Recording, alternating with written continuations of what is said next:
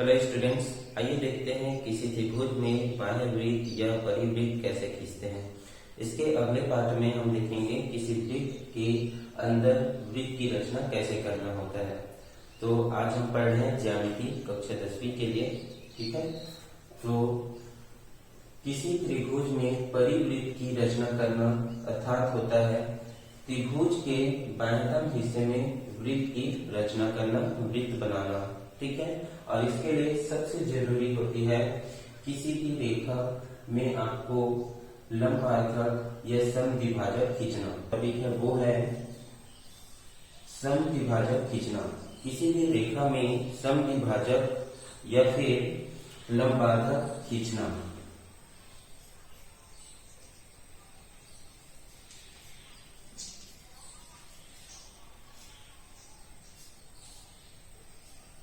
ठीक है, लंबवर्धक या फिर समद्विभाजक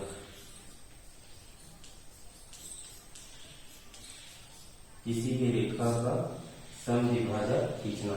तो देखिए यहाँ एक रेखा ले लेते हैं किसी भी लंबाई का। फिलहाल आपको अच्छे से दिखाने के लिए मैं एक बड़ी सी रेखा खींचूंगा यहाँ पे। तो मैं खींच देता यहाँ पे 20 सेंटीमीटर का एक रेखा। ठीक है, ये हो गया 20 सेंटीमीटर का एक रेखा, यहाँ मेरे द्वारा खींच दिया गया है। और इसके शीर्ष को नाम दे देंगे ए एवं बी। ठीक है, तो एक रेखा खींच देंगे। उसके बाद हम प्रकाश से इस रेखा में जब लंबवर्धक खींचते हैं तो क्या करेंगे, आधे से अधिक, जैसे यह एक रेखा है, इसका आधा आप देख सकते हैं यहाँ पे हो रहा है, लेकिन इससे अधिक का प्रकाश द्वारा हम माप लेंगे। ये देखिए आधा हुआ, और इससे आधे से अधिक यहाँ तक। आप अच्छे से इसको देख लेंगे। मैंने इस रेखा से आधे से अधिक का माप लिया है और ए को केंद्र मानकर चाप काट रहा हूं मैं। इस रेखा के ऊपरी हिस्से में देख लो, ऊपरी हिस्से में एक चाप हो गया ए को केंद्र मानकर। ठीक उसी प्रकार से उतने ही लंबाई का ए को ही केंद्र मानकर हम बी में भी चाप काट देते हैं, सॉरी निचले हिस्से में।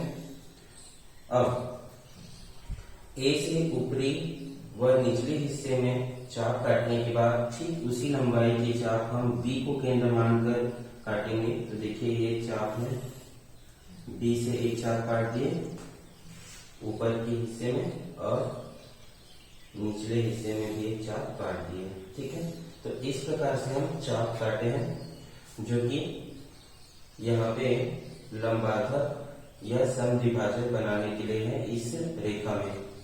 तो ए को और बी को केंद्र मानकर जो चाप हमने काटी है वो एक दूसरे को जहाँ प्रतिच्छेद कर रही है, बाइसेक्ट कर रही है, उन बाइसेक्ट पॉइंट को, बिंदु को हम आपस में मिला देंगे। ठीक है, तो चलिए मैं इसको आपस में इन बाइसेक्ट पॉइंट्स को मैच कर देता हूं जो कि समद्विभाजक होगा इस एबी रेखा के लिए। ये देखिए बराबर भागों में विभाजित कर रही है ए बी रेखा को। ये जो लंबवर्धक है वो हम देख सकते हैं, जैसे कि ये पूरा 20 सेंटीमीटर खींचा गया था, वो आधी हो रहा है यहाँ से। तो इस प्रकार से हम एक लंबवर्धक खींचते हैं या फिर समद्विभाजक खींचते हैं एक रेखा में। ठीक है, तो जब हम किसी त्रिभुज में परिवृत्त की रचना करते हैं, यानी एक त्रिभुज के बाहरी हिस्से में वृत्त बनाते हैं, तो हमें किन्हीं त्रिभुज के दो भुजाओं का इसी प्रकार से लंबवर्धक खींचना होगा, फिर जिससे हम बाह्य वृत्त या परिवृत्त बना सकते हैं। चलिए देखते हैं। तो सबसे पहले तो चलिए अब हम देखते हैं एक समबाहु त्रिभुज में परिवृत्त की रचना कैसे करें। ठीक है, तो इसके लिए भी मैं एक रेखा खींच लेता हूं। फर्स्ट टाइम देखिए यहाँ पे मैं 30 सेंटीमीटर का एक रेखा खींच लिया हूं, ठीक है, जिसको शीर्ष बिंदुओं को मैं नामांकित कर देता हूं, ठीक है, ए भी नाम दे देता हूं मैं। यहाँ पे मैं इस रेखा के कलर को चेंज कर देता हूं, जिससे आपको स्पष्ट रूप से सभी चीजें अलग अलग दिखाई पड़े, ठीक है। ये एक रेखा हो गया,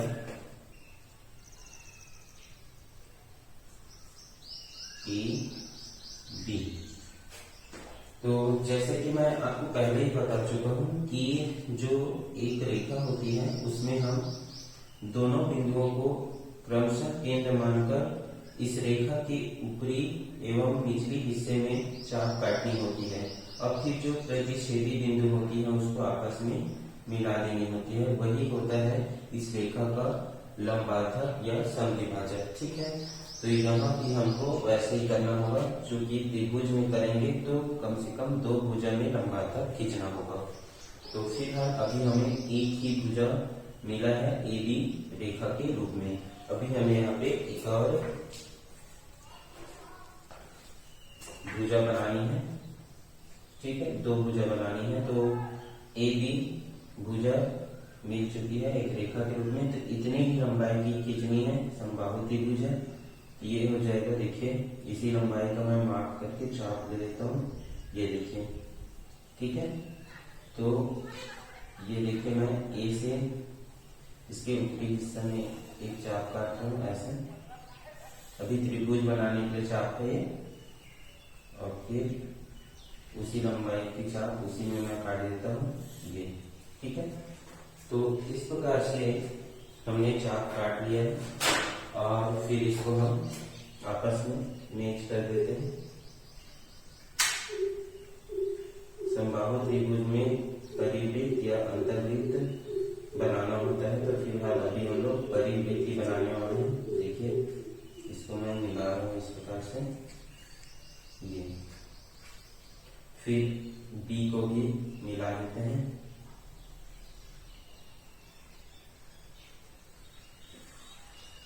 ये मिला दिए इसको। तो इस प्रकार से इसका नाम दे देते हैं सी, ए बी, और ये हो जाएगा सी, ठीक है। फिर जैसे कि मैं आपको बता चुका हूं कि जब हम लंबार्धक खींचते हैं तो किस प्रकार से खींचते हैं, इस रेखा के आधे से अधिक का माप लेकर के चाप काटते हैं। तो देखिए यहाँ पे 2 भुजा अभी हम लंबार्धक खींचेंगे ए बी एवं बी सी पर।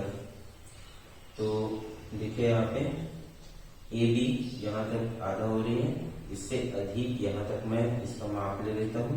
ये देखिए यहाँ पे ये आधे से अधिक हुआ, ठीक है। तो ए बी का ऊपरी हिस्सा, ए बी जो रेखा है उसके ऊपरी हिस्सा में चाप काटना है, निचले हिस्से में। तो देखिए यहाँ पे ये मैंने आधे से अधिक लिया हुआ है, देखिए ऊपरी हिस्से में चाप काटा जा रहा है। ये हो गया, ए को केंद्र मानकर ऊपरी हिस्से में चाप काटा गया, अब निचले हिस्से में ये काट लिया गया, ठीक है। अब फिर बी को केंद्र मान करके चाप काटते हैं ऊपरी हिस्से में, ये चाप काटा गया। उसके बाद जस्ट नीचे में भी चाप काटेंगे ऐसे ही, ये हो गया, ठीक है। तो चाप कट जाने के बाद जो अधिक होगा उसे आप यहाँ पे इरेज कर सकते हैं, मिटा सकते हैं इस तरह का, और रहने भी दे सकते हैं। तो जो प्रतिच्छेदी बिंदु यहाँ पे प्राप्त हुई है उसको आप मिला सकते हैं, जो कि लंबार्धक होंगी, ठीक है। यहाँ पे जो प्रतिच्छेदी बिंदु प्राप्त हुई है उसको हम मिला रहे हैं, ये देखिए,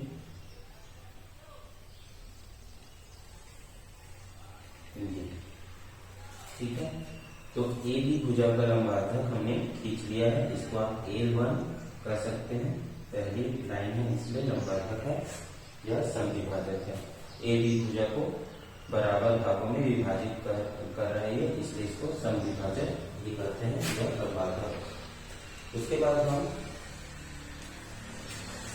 बीसी भुजा का लंबार्धक लेंगे। तो हमने अभी क्या किया था, यहाँ पे लंबार्धक खींचने के लिए ए बी भुजा के आधे से अधिक लिए थे। चूंकि ये समबाहु त्रिभुज है तो ये भी उतना ही लेना पड़ेगा, जैसे कि ये आधा हुआ यहाँ तक, और आधे से अधिक हम यहाँ पे चाप काटने के लिए ले लेंगे। ठीक है, तो देखिए ए बी भुजा है, उसका ऊपरी हिस्से और निचले हिस्से में चाप काटे थे। तो यहाँ पे आप देखेंगे बीसी भुजा, तो बीसी भुजा में आप इस तरफ को ऊपरी मान लिया और इस तरफ को निचले हिस्सा, तो इस प्रकार से चाप काटेंगे। तो देखिए इस तरफ ऊपरी हिस्सा है और इस तरफ निचले हिस्सा है, तो बी को आप केंद्र मानकर ऊपरी हिस्सा में एक चाप काटते हैं पहले। देखिए यहाँ पे ये ऊपरी हिस्सा में चाप हो गया बी को केंद्र मानकर इस प्रकार से, और फिर बी को ही केंद्र मानकर बीसी भुजा के निचले हिस्सा में चाप काटेंगे ऐसे। ठीक है, ये भी हो गया। अब हम क्या करेंगे, सी को केंद्र मानेंगे। ठीक है, सी में प्रकार के नोक को अच्छे से रखें और फिर बीसी भुजा के ऊपरी हिस्सा में चाप काटते हैं, ये काट दिए चाप। ठीक है, अब उसी को हम निचले हिस्से में भी चाप काटेंगे, ये हो गया। ठीक है, अब जो प्रतिच्छेदी बिंदु प्राप्त हो रहा है उसको हम आपस में मिलाएंगे। ये है प्रतिच्छेदी बिंदु और ये, इनको आपस में हम मिला देते हैं। तो देखिए ये कैसे एक दूसरे को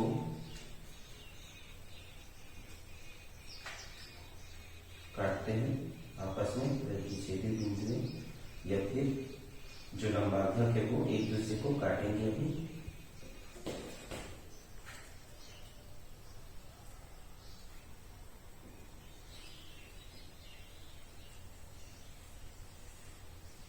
ये देखिए, ठीक है, तो हमने यहाँ पर एक लंबार्धक फिर से खींच लिए हैं, क्योंकि इसको पहले को L1 कहे हैं, इसको हम L2 कह सकते हैं। ठीक है, अब यहाँ पे हम देखते हैं जो लंबार्धक खींची गई है L1 L2 वो आपस में यहाँ काट रही है, उसी को हम केंद्र मानेंगे और केंद्र को हम O कह सकते हैं। O को केंद्र मानकर यहाँ अच्छे से आप इस प्रकार से देखेंगे, O से A तक की दूरी हम त्रिज्या मान लेंगे, या फिर O से C तक की दूरी को त्रिज्या मान लेंगे। सभी बराबर है क्योंकि समबाहु है इसलिए, और फिर या फिर OB को। तो जो आपस में ये लंबार्धक या समद्विभाजक है वो एक दूसरे को काट रहा है, वही O होगा और केंद्र कहलाएगा। फिर O से A तक की दूरी, O से A या B या C को आप त्रिज्या मान लेंगे, और उस त्रिज्या के हिसाब से फिर आप वृत्त का निर्माण कर सकते। देखिए ये है,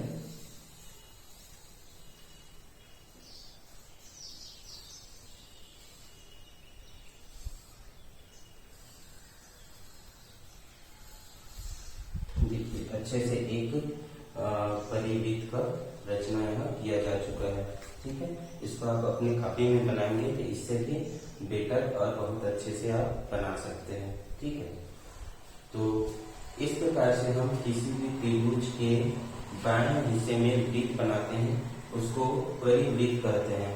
फिर हम इसके बाद देखेंगे अंतर्वृत्त कैसे बनाएं। ठीक है।